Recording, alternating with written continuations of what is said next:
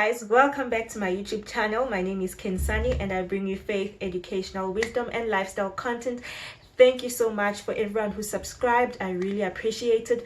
Please share with everyone you think this content will be of assistance to, your cousins, your nephews, your nieces, and everyone, guys. In this video, I am talking about how couple videos are making you miserable. They are making you unhappy, and this is why you're unhappy. You sleep alone in your bed or with your books like me, or some work sometimes, and you are spending too much time watching how we met videos, our wedding day videos, eating noodles videos, and then when now you do not have that kind of thing, so you are consuming too much of couple video content, and too much of anything can make you sick.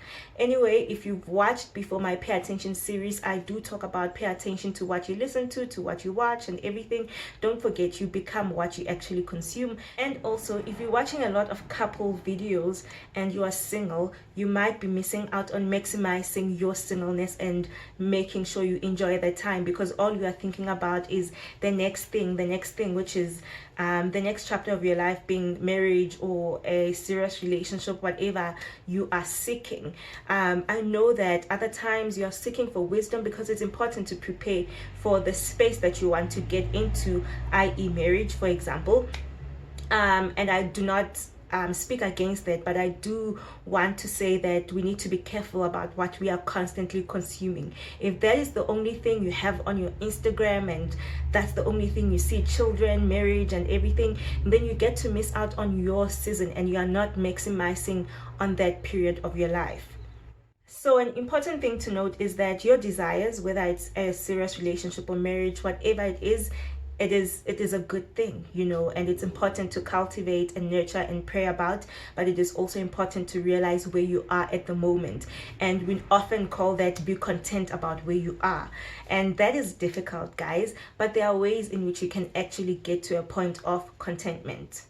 So the nice thing about this period is that you come back at 12, you don't have to answer to anyone. You have to answer to God and maybe your parents, but you do not have to explain to your husband where you were at 2 a.m. and who you're spending time with and all of that. And that's what's beautiful about this period. And what are the ways in which you can maximize your singleness?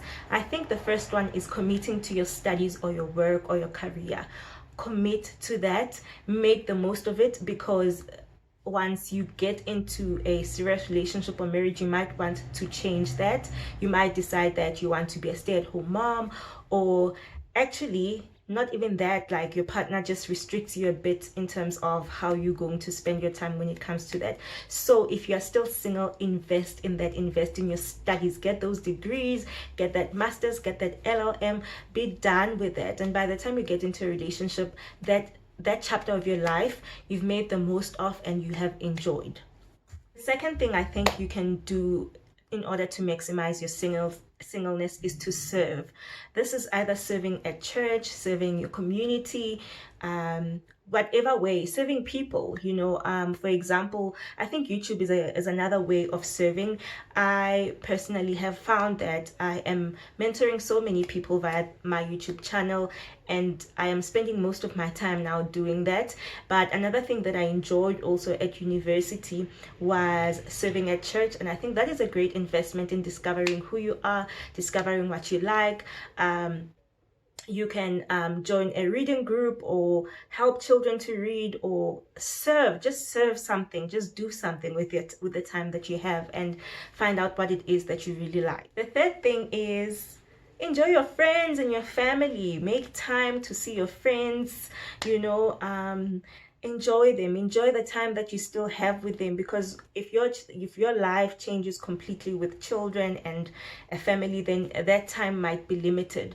Also, I am not a person who has a serious relationship or marriage, so I can't speak specifically on those topics. But if you've watched couple videos, they do talk about some of these things, about how they wish they had done XYZ while they were single.